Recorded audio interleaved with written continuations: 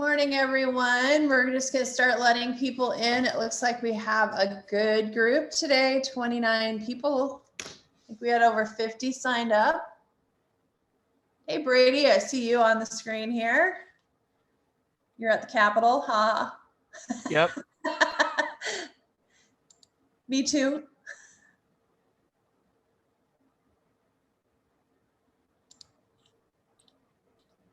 Good group, 31 people online today. How are you guys doing? Good. Is that Kristen? Kristen, sorry. That's Kristen. Hi. Good morning, Kristen. Happy Friday. Happy Friday. How you feeling, Bill? Feeling good. Yep. That's always plus. Well, I was just saying I test every Friday after being at the Capitol, and I'm negative today, so that's good. I have a good old-fashioned cold. That's better than your Yep. doctor will give you meds for that. I'll take it. I'll take it. We're gonna. Good morning, everyone. We're really excited that you're here. We have a little over 70 people registered, and right now we're at about 35. So we'll give them a few more minutes and we'll get started. We have some good information to share, and then we'll have some discussion at the end. Glad you're here. How often are these, Bill? Are they once a month, twice a month? Once a month. For those on, our next one is February 25th. Is that right? That Friday. I'm looking at my calendar right now. I live by my calendar. I don't know any dates without looking at. Yes, February 25th at 11 is our next one. So that Amy, was after Amy, the. is that a picture of you at the Capitol? It is. It's a background though, because I have a messy shelf behind me. Same here. Yep. I am not there today, but So, Amy, I was going to ask you, I know I've worked with you for a long time being on the council. What exactly is your role or title?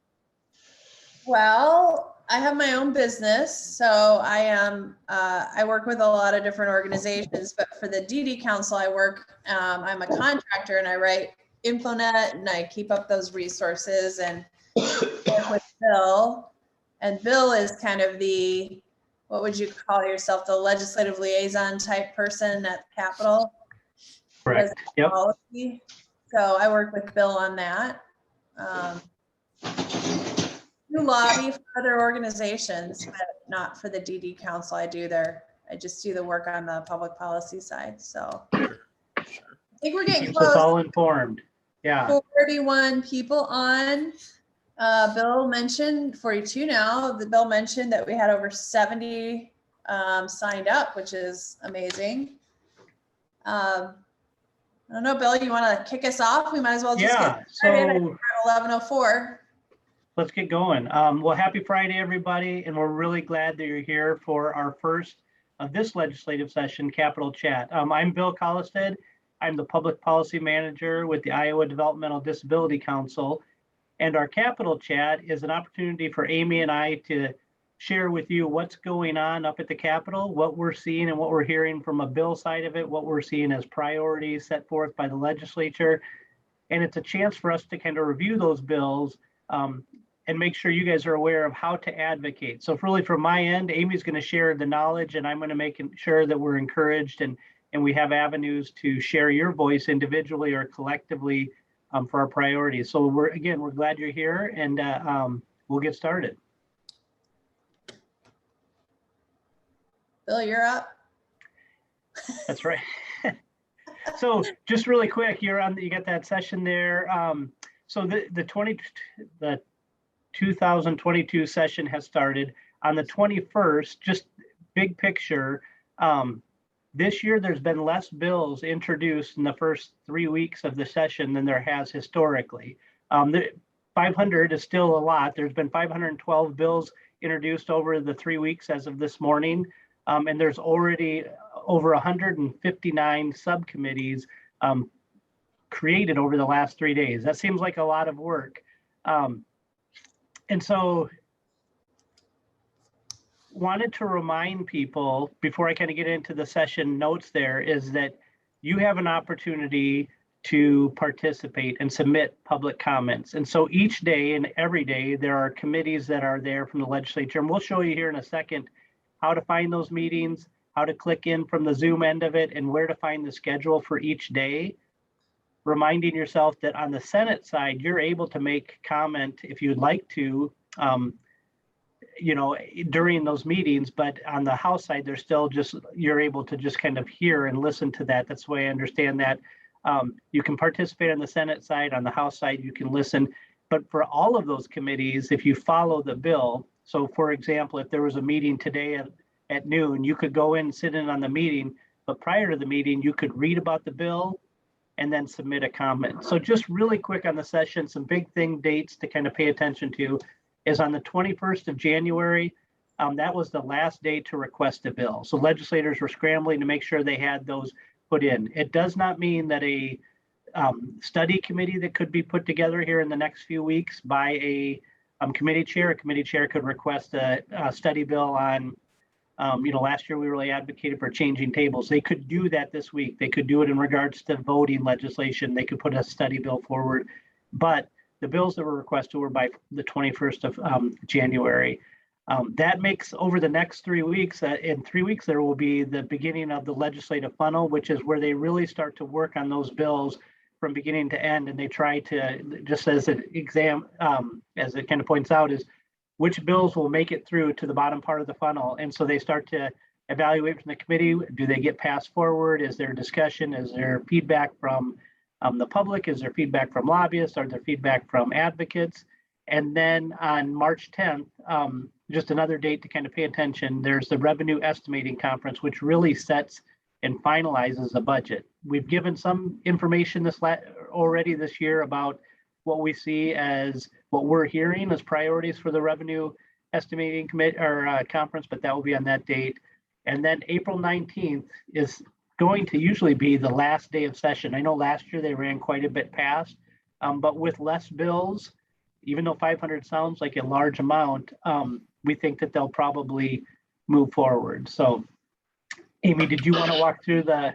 Yeah, I'll do that. Just a note for people, when Bill talked about a study bill, there's two types of bills at the Capitol. There's House file and Senate files, which those have somebody's name on them. So let's say, for instance, I noticed a certain legislators on the call today. Let's say Representative Bergen wants to sponsor a bill. Those would be like a House file. So it would have a person's name as the sponsor. The only difference that a study bill is that the committee's the sponsor. There's no specific person's name on it. So those are the ones that a committee chair can request at any time. Just those that want to have their name on a bill that had to have the request in by last Friday. So there's still opportunities. You just have to get a committee chair to make the request rather than any legislator. And then by February 18th is that key day coming up in 3 weeks when you have to get bills out of their first committee. Otherwise, they're dead. So that's where you start to see, as Bill said, the funnel. But I really wanted to emphasize, now more than ever before, the legislature's more open to the public. And it's funny that COVID with the shutdown means that we'd have a more open legislature, but we do. Before COVID, you could not watch a committee meeting online. You could not participate or watch a subcommittee unless you went to the Capitol. Now you can do all of that online. And so it's a really good opportunity for anyone interested in the legislative process or in bills and how they become a law. It's really kind of interesting to just watch some of these. You don't have to participate, but just to watch some of what's going on. And I wanted to show you, because it is a little tricky to find where the links are every day. So if you go to that legislative website, I'm going to click on really quick, hopefully Bill, thumbs up, can you see it? The legislative, okay. So this is the front page. If you go to that legis.iowa.gov, And what you want to do is look at the Senate meeting schedule or the House meeting schedule. And you're not going to see the links in here, but if you hit the full page button right at the bottom, it'll take you to the chamber meetings. And here is where you can pick which date you're looking at. So if you're looking at or I guess this was last Tuesday, in the Senate or the House, you can pick either one. And that'll show you that day. Sometimes I sometimes put the whole weekend just so I can update my schedule. They are updated pretty regularly. Usually by 5 o'clock the day before, you'll see that next day's schedule, but they do add it right up until the end of the day before. And you can see, if you look at the agenda, you can see what they're going to talk about in each meeting. Like, for instance, the Health and Human Services Budget Subcommittee was meeting on this Tuesday, and you can click on that and see what the agenda is. And usually, I think because this is already gone by, there would be a little link there. I'm going to go ahead and look at next week. So you can just change the date and pick like the whole week, whatever you want to do. And then when you click on the agenda, you'll see here there's a little camera, and that gives you the link. So the House does what's called WebEx. I don't know that you have to download it. I think you can just see it online. That's how I do it. I have it downloaded, but you can just go there and do that. Also, you have the same situation for any of these subcommittees. Now, a note, in the House, you cannot participate online. You can't like talk during the subcommittee online on these, but you can submit public comment. So if you cared about, let's try to see if there's one interesting here. Why isn't that one showing up? Should have picked these before, but if you cared about, say, this is a Department of Human Services bill, you could click on comments, and then you can add a comment. I just want to tell you, your comments are public. So whatever you write will show up on the website. Legislators will get it, but the public will be able to see it too. It'll show up right down here. So I just want you to know that, to be careful about what you say, because you don't want to say anything that you wouldn't be happy with showing up. If you look on the Senate side, they are Zoom. So they'll have the Zoom link. What I want to make sure you know is you need to have a free Zoom account to be able to participate. And there's a reason why. They are free, so you just have to sign up for a Zoom account. And you have to log in to be able to participate, because they had some people have some get online and do some inappropriate things during the committee meetings. So they want to be able to know that you're a real person. You're not somebody just bombing the meeting. So I wanted to make sure you knew that that's where that was, that you just click on that full page, because it can be hard to find those meeting links there. And it's a great opportunity. I just tell people, really just check it out, because it's fun to watch what other people say during the meetings.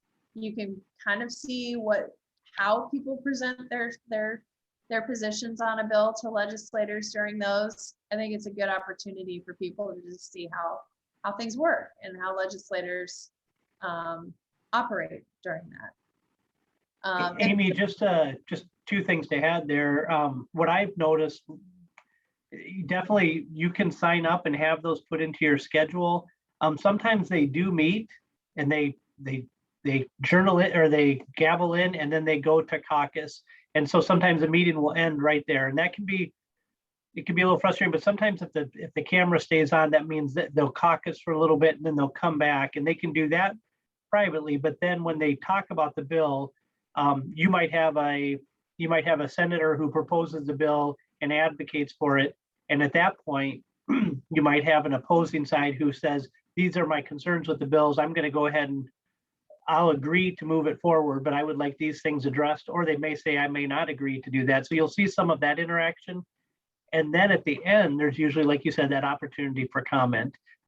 Before we go to the next slide, which is the governor's priorities, there's some really great questions coming up in the chat in regards to some bills that are coming up. So I'm targeting those and watching those, and we'll bring those up. We're going to talk about the governor's priorities next, and then the next slide we'll talk about bills, and then we'll address those questions there too. So that's great. Really appreciate the comments. So yeah, and Kristen asked what a legislative funnel is, and just so everybody knows, those are deadlines. That means those are funnels are literally like a funnel, and all the bills go in the top, and then they funnel out to the end, and whatever makes it through that funnel by February 18th.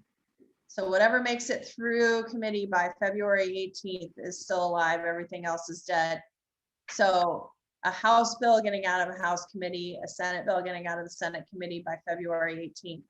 The March 18th one is when a House bill has to get all the way out of committee in the House, out of the House, so the House has to vote on it.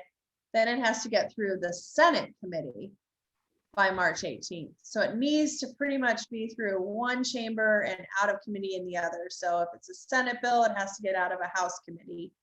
If it's a House bill, it has to get out of a Senate committee. Otherwise, it's dead. And it's just the way the legislators try to keep focusing in on those bills that are moving, and the ones that are just sort of sitting there dead, they can kind of set them aside for another year. Try to move on to the, I'm going backwards. Sorry, Bill. I wanted to just talk a little bit about the governor's priorities. She presented her priorities the first week of session on Tuesday, and we did cover that in InfoNet. You're getting weekly InfoNets now, and we'll get a mailed copy out that went out a couple weeks ago. But her priorities were mainly focused on getting Iowans back to work. That was a big issue. Workforce is an issue everywhere. Wanting Iowans to keep more of their hard-earned money, so income tax cuts. And then trusting Iowans to make the right choices. So whether it's vaccines, wearing masks, or where their kids go to school, they want to give Iowans more of those choices. And so those are kind of the main themes that she talked about.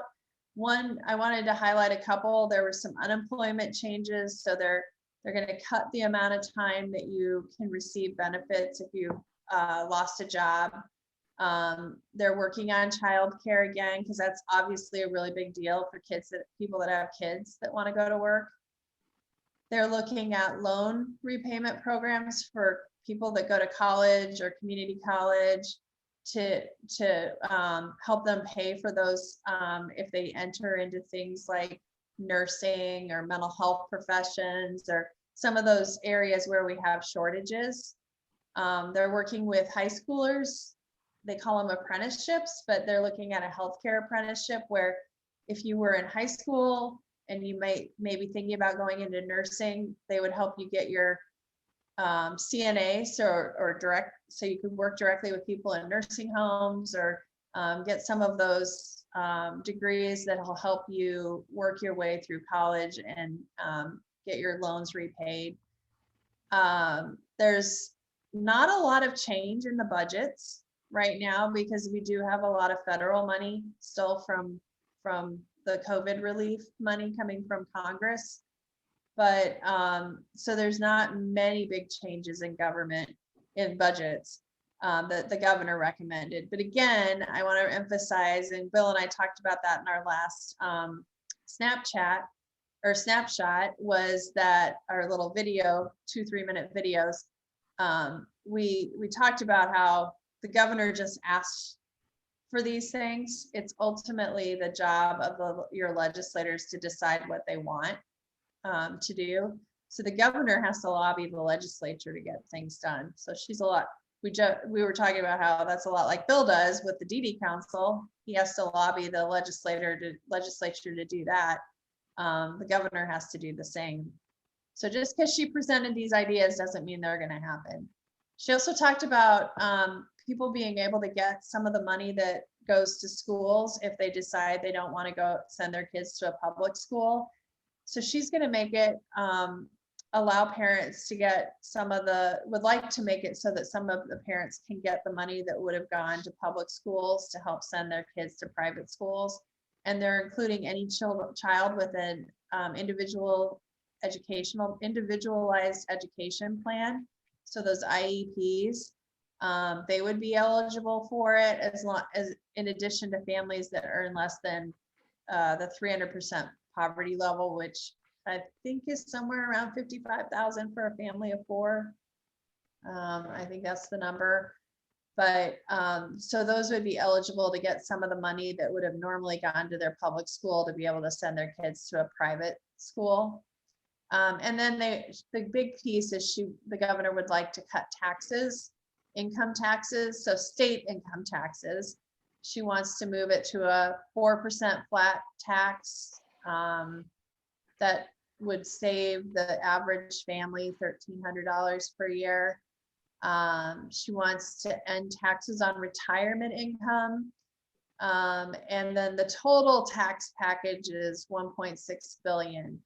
So right now we have just over $8 billion in our state budget.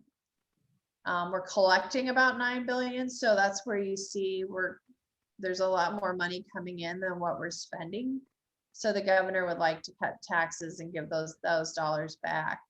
I think the big issue that everybody has to think about is whether we've got some big things coming up, like the Department of Justice has said we need to look at moving people from institutions and giving them options in the community. We're not doing that well. We're violating people's rights under the ADA. So what I've heard is that's going to cost a lot of money. The question is, can you do all of that while cutting taxes? And the House just came out with their tax plan. The Senate came out with their tax plan yesterday. I haven't read those, but I know that they're about cutting some taxes and about the same amount. So those are all things to think about.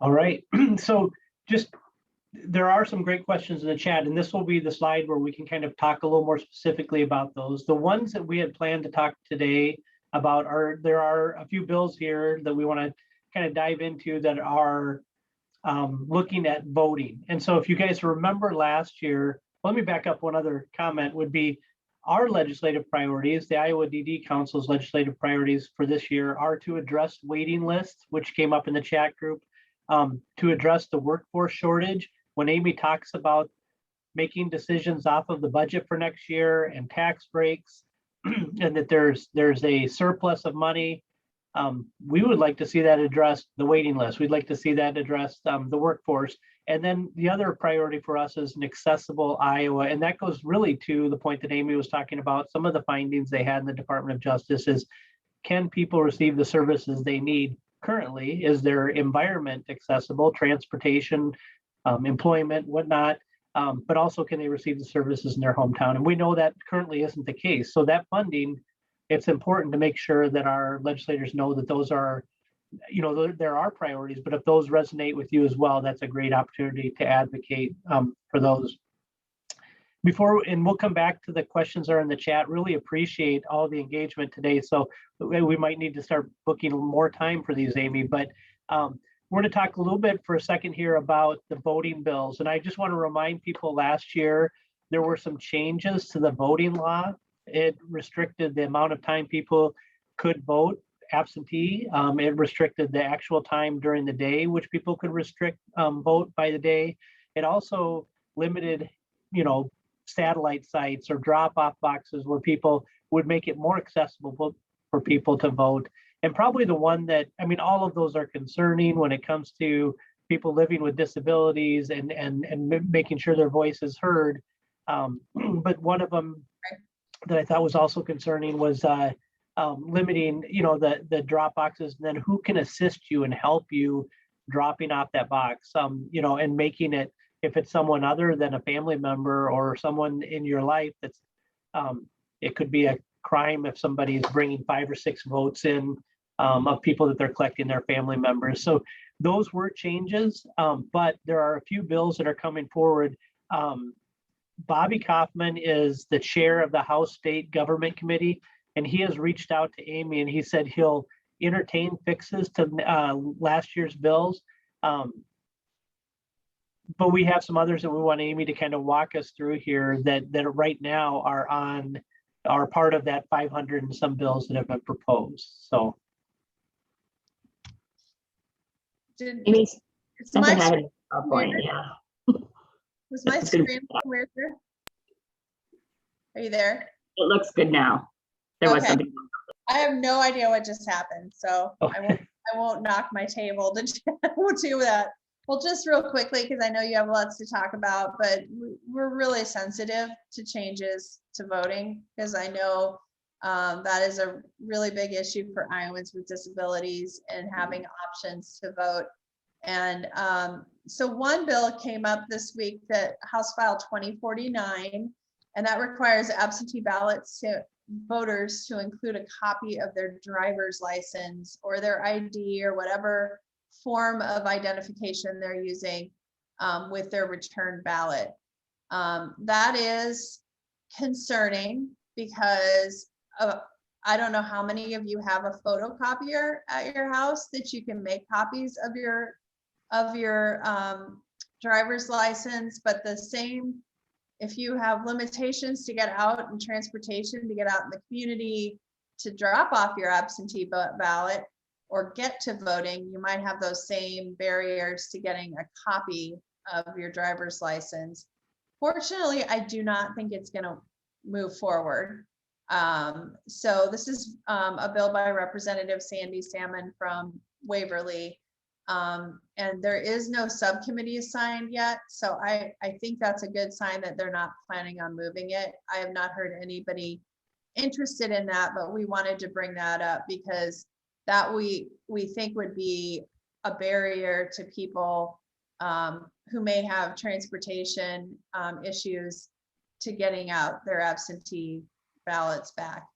House File 2075 is something interesting. It would allow voters with physical disabilities that make it difficult for them to unassisted mark their ballots, and to allow them to request and receive an electronic absentee ballot from their county auditor so that they could vote privately without having somebody else help them.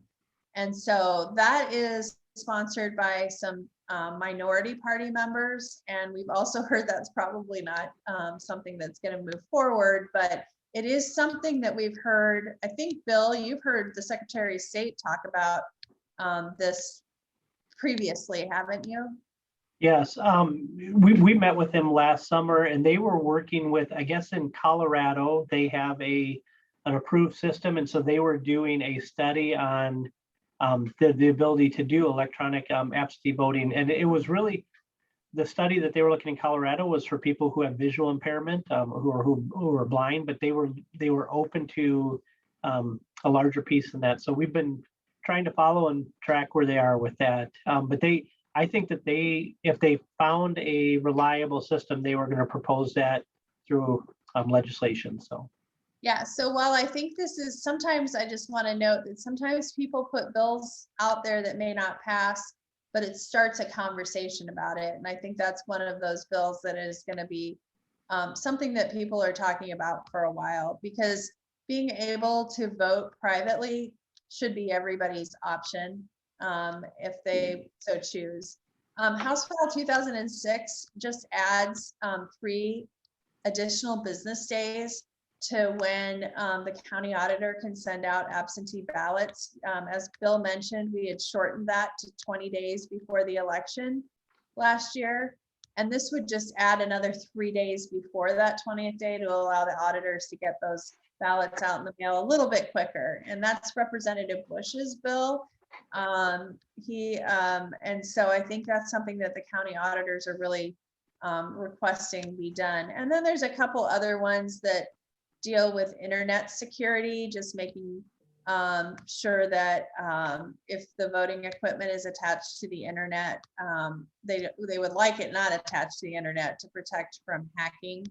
My understanding is that bill came out of subcommittee this week, House File 2025, but my understanding is there were very few counties that actually have it connected to the internet.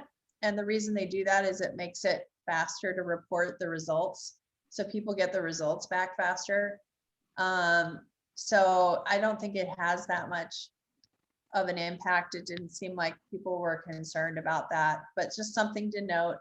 And then Senate File 2017 is a minority party bill, so it's probably not going to pass. But right now, if you get your driver's license, you can decide to also register to vote in that system. This would automatically register you to vote. So it's basically, instead of saying, I want to register to vote, you would automatically be registered to vote unless you say, I don't want to register to vote. Bill, do you want to talk about well, before we go to let's just go to the questions first, and then we'll wrap up with like all of the different things going on with InfoNet and opportunities that we have coming up. So we have some really great advocates who are on the phone call. So they've answered a lot of these as we've went. So I just want to bring them forward in case people are not following along in the chat. One person asked about the $2,000 limit and if there's any legislation in regards to that. And there was a link in there that I'm going back through here that Jen Wolf had shared in regards to the federal level to increase the asset limit. And so, Amy, we go one by one, but do you know of any state legislation right now with that? I do not. I have not seen anything. I've seen them in the past, but I haven't seen anything this year yet. I think it does have to be changed at the federal level. I don't think that's a state rule. Yeah. That's right, Brooke. Yep. There was a question if there's any bills to address waiting lists. Not yet. However, that's not unusual. That's usually, since waiting lists mean more money, you would have to, it's usually a budget discussion. Right. I have not heard a lot about in the budgets yet about that. I know that DHS wants to have a review of waiting lists and waiver, the whole waiver situation, so that it's a little easier for people to find out what they qualify for and make sure they get on the right set of package of services. So I know they're going to be looking at all of the HCBS services, waivers, and try to figure out how best to address waiting lists and the package of services that people can get in those, but nothing yet. And then there was another question about town halls, and Brooke shared a link in regards to the Medicaid town hall meetings that are happening. And so that is really good information. And then Jen Wolf at the end here has shared this Sunday Upgrade Medicaid group, which is a group of advocates who are really collaborating, working strong together to make sure that their voices are heard, are having a Zoom meeting this Sunday night to provide some sample letters and do a letter writing party to committees to improve services and overall service. So it said, come with your favorite beverage, snack, and a question. And there might be some music in the background. So any other questions that you're seeing, Brooke or Amy, that we didn't address on there? No, I'm just impressed by all of the sharing of resources that your advocates have on here. I did just want to share that we did put our legislative agenda in there for the council as well, too, a link for that for those that have not seen that, and feel free to share that with your legislators as well. Yes, and those are also available on the DD Council's website as well as InfoNet too.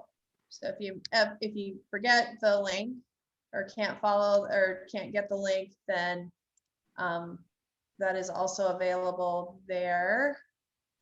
Jen Wolf's got her Upgrade Medicaid list. Oh shoot, I should have put that on our little screen here. Sorry about that, Jen, but thank you for sharing that too.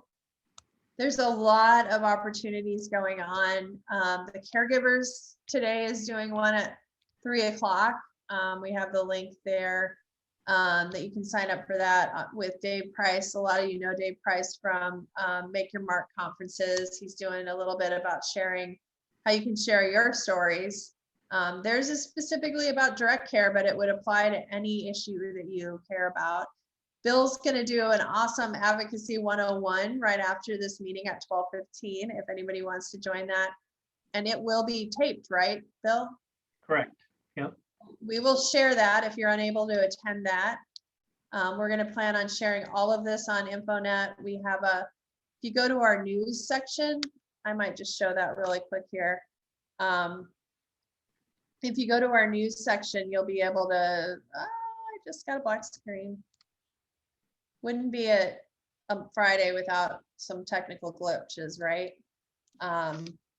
If you go to InfoNet, iowa.org, I'm sure you're all familiar with this now, but if you go to our news, the snapshots will be here along with any other video resources we have. So we'll be posting any of our videos under resources. We also have a spot for videos, so you can see all of them. We'll post all of those there. And then you can sign up for any of the stuff on the calendar. It'll be on our calendar too. Just wanted to note those. Amy, is it too late for people to register for the David Price thing today at 3? I was thinking that yesterday was the last day they were taking registrations. Oh, I thought that they said you could register this morning, but Okay. Could you put, I can look for it, the link to register. Tammy wants it. I'll look for that. oh, the link's right in there where it says Dave Price. The bit.ly right here. That's the registration link. If you're unable to see that, I will get a copy of the video and make sure it's on InfoNet as well, on our video resources. Bill and I are doing, we're calling them snapshots. They're little videos, 3 to 5 minutes long, although the last couple ones were 6 because we're still working through our online chatter, but we will be doing that again next week. This week we aren't doing it because we have this, like the longer capital chat. And then every Monday we'll have a quick report that we email out to everyone on our InfoNet email list. Yeah, I would just maybe end with that, maybe just saying that there are more and more ways to become informed. So we know there's more information out there and trying to figure out, which one to click on. But the more we know, the more we can advocate, the more we can share the message. And so we are trying to get that information out the best way that you like to digest it. If it's a quick video on every Monday that kind of tells you what happened that last week at the Capitol, we'll be able to offer that, or we have the written form that we're able to do that each Friday as well. But there are also other great opportunities, to share your voice and to advocate. So we're glad to share those resources. I was going to make a comment that Amy thought that when we were going over the video chat that she said my face is more made for radio, but Say that. so do we want to open it up now, Amy, for questions and see and comments from the public? So Yeah, I was gonna say we went through the list of this, but if anyone wants to unmute and just ask questions or make a comment or share something.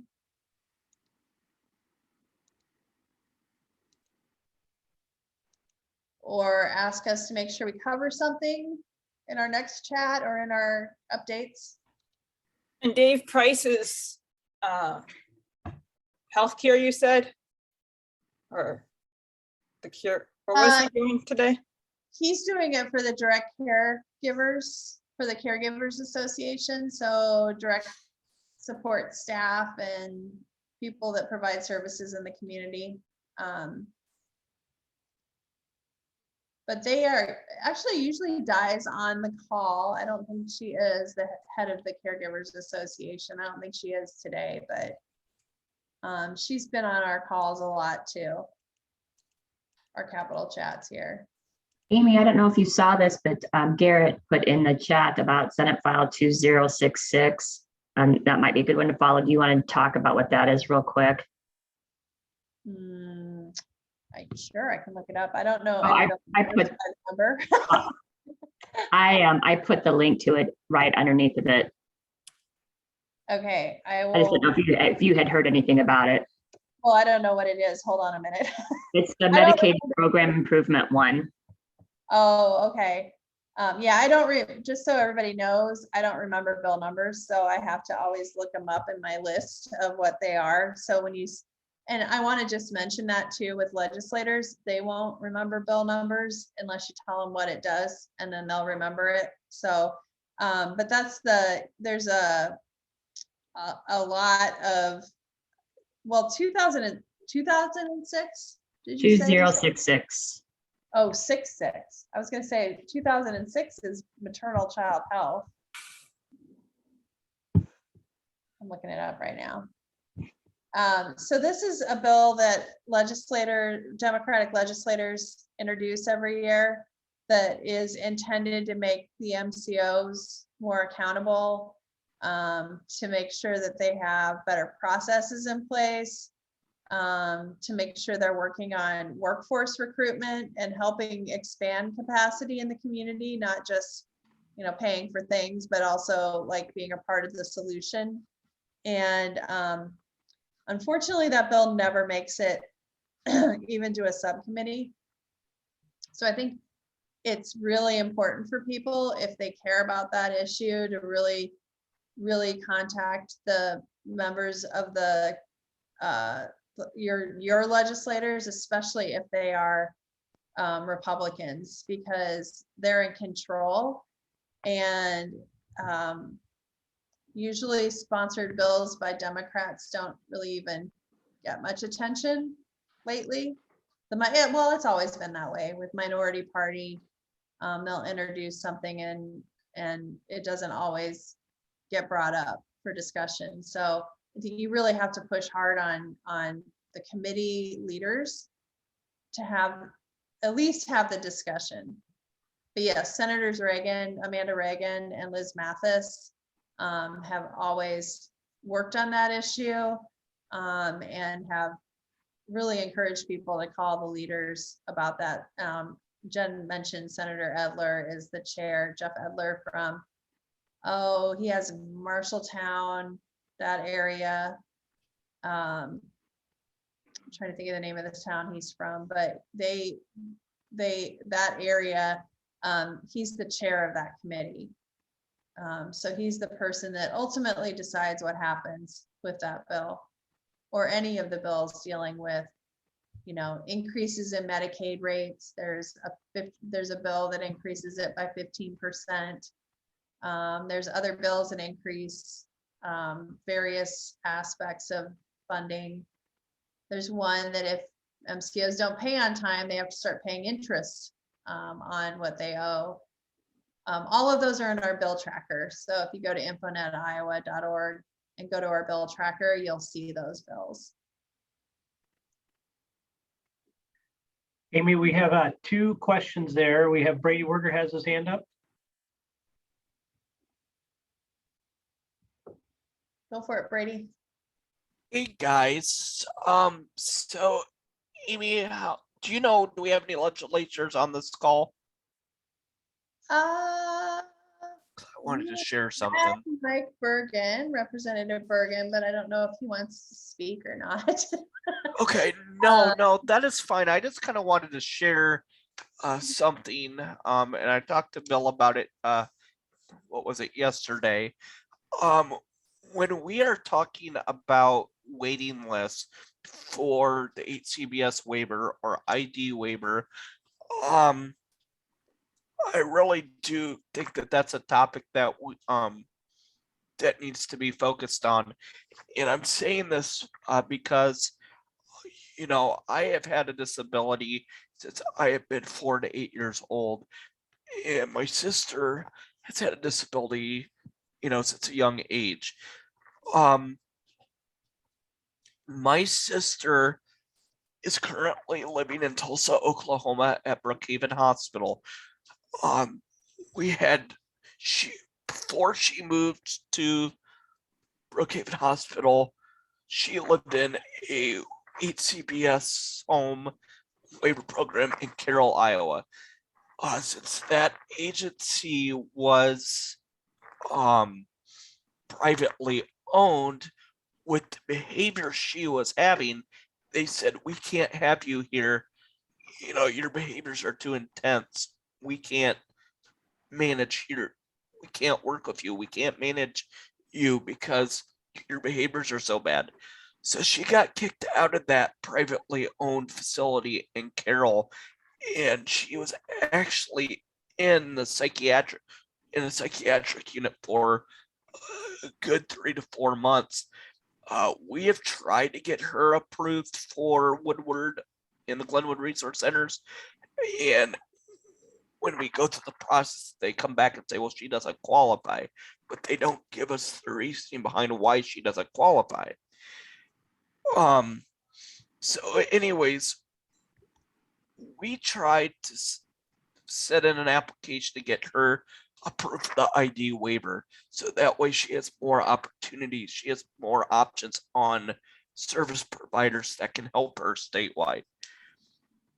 Since she's moved to Tulsa, Oklahoma to live at Brookhaven, she's been there about 2 years now. And now they're coming back and saying,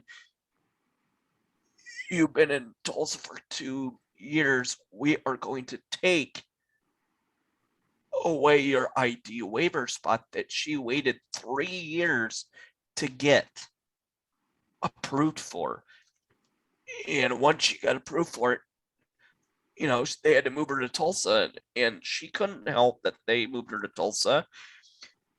The concern that I have is that they're taking this away from her and making her reapply. And who knows, she might have to wait another 2 to 3 years. She had to do that before. So I guess my concern that I really think that needs to be addressed is we need to overlook this problem. We need to look at it and it's a concern, and we need to look at it on a state level, because to me it almost kind of makes me feel like certain people are just being denied when we need to step up as advocates and say, you're right, she needs help. Brady, thank you very much. I think this is a great commercial for our advocacy training that's going to be happening at 12:15. But Brady and I talked about this yesterday, is these personal stories are a really good opportunity for him to reach out not only to his legislator, but also the chair of the committee that, as Amy said, while there's not a bill directly connected to waiting lists, there are a lot of decisions to be made in regards to the budget. And these personal stories, a waiting list, and even the number of 17,000 Iowans who are on a waiting list for waiver services, you also have an additional number of people like Brady's sister who, had left the state but had received services and now is not able to get recertified to be on that waiver. And so these stories carry a lot of weight with legislators when they're making decisions, when they're considering bills. And we'll talk about this in our advocacy training, but anybody can suggest to a legislator to sponsor a bill or to ask for a health study, or that would be a great example of one that they could dig in deeper. And Brady, I think appreciate you bringing that to a larger group of advocates. I think a lot of advocates have waiting lists and they have appropriate funding on their list. That just gives them another story to share and a name, because Brady, you're well known as an advocate to share if people have questions. So thank you. We have another question from Eric Donat. He has his arm raised. Thank you, Eric. Yeah, it's Eric Dunat. Eric Dunat from Blackhawk County. Just wanted to ask, what is the status of House Study Bill 531? I saw a couple days ago that the subcommittee meeting was canceled and there was no other information for that. And that's about the 32 beds and 32 adult beds are going to be added to MHIs statewide and 14 youth beds. So it's that bill. And I just wondered what was the situation with that bill since the subcommittee meeting was canceled yesterday? Great question, Eric. So that bill is a discussion about, the sheriffs have really been making a point that there's no place to take people that are a little more intense in their mental health crisis than what you can do at some of those new access centers that the regions put together. They really need almost a hospital level of service, but obviously with COVID, there's not a lot of space in hospitals right now. There wasn't before COVID, and now they're having a real struggle. So they were looking at opening beds at the MHIs, 56 beds total, both kids and adults. And they canceled that because, one, I've heard that there's some concern about putting any kid beds up at Cherokee because they have the sex offender treatment center up there, and they're expanding that. And they're afraid it's not appropriate to have, it's really not appropriate to have kids there. So I think there's a whole discussion about that going on. I know legislators have been talking to different providers about, is it the most appropriate place to put them at the MHIs, or to look with providers to find some public-private partnership? And how would that work? Obviously, reimbursement would have to be changed if that were going to happen. I was in a meeting where they talked about whether that level of bed is what they need, or if there's something else missing in that whole service array. Like, is there a different type of bed that's needed? So I think they felt like there needed to be more discussion before they had a subcommittee meeting on that. So that's my understanding. I did talk to Representative Meyer about that. She's really very interested in trying to address appropriate placement for people, so they're not sent out of state, like you talked about, Brady, so that people are able to find placements in their community, and that we're not still moving people into institutions. So I think I think they just felt it was too early to have that subcommittee meeting. Thank you. Yep. Well, we're at our time, guys. I would just say, if you have other questions, to email Bill or I. I will put my email in here, but Bill, do you want to put yours in there too? If you have any further questions, please get a hold of us. If you didn't want to share them, or you have ideas on things we should make sure we include in our reports every week, just feel free to either email one or both of us, maybe both, and let us know. We're always open to ideas. If anyone wants to write something for InfoNet, we'd love that too. If you want to write like a guest editorial about, like Brady, if you wanted to write something about your situation, we'd love to have it. We'd help you write it. Just let us know. People don't want to always hear from Bill and I, right? Well, I would have to check with my mom and dad if I can share my sister's story further. Right. But I do think it's a great story that needs to get out there so that legislatures and people on the state level can hear the individual stories so they can help make changes. Can't do that unless we advocate like that. Very true. Thank you, Brady. We really want to thank everybody for making time today to spend time with us to talk about our capital chat and what's happening. Again, like Amy said, just continue to emphasize, if there's something that we should be talking about and covering, we are trying our best. I think that Brooke and I and Amy have spent, we're trying, just like Eric, you're doing, we're trying to log into every meeting that we think that might affect us or affect people that we're supporting. And we're trying to, identify and understand what the next steps would be, and trying to provide opportunity for people to be informed and then to advocate. And so please use those tools. I think it's a powerful combination of tools that we offer up in regards to the Infonet, so you can provide your information, the information network, that's where Infonet comes from. And then second, there's advocacy tools, there's take action tools, so you can find your legislator and send them a message.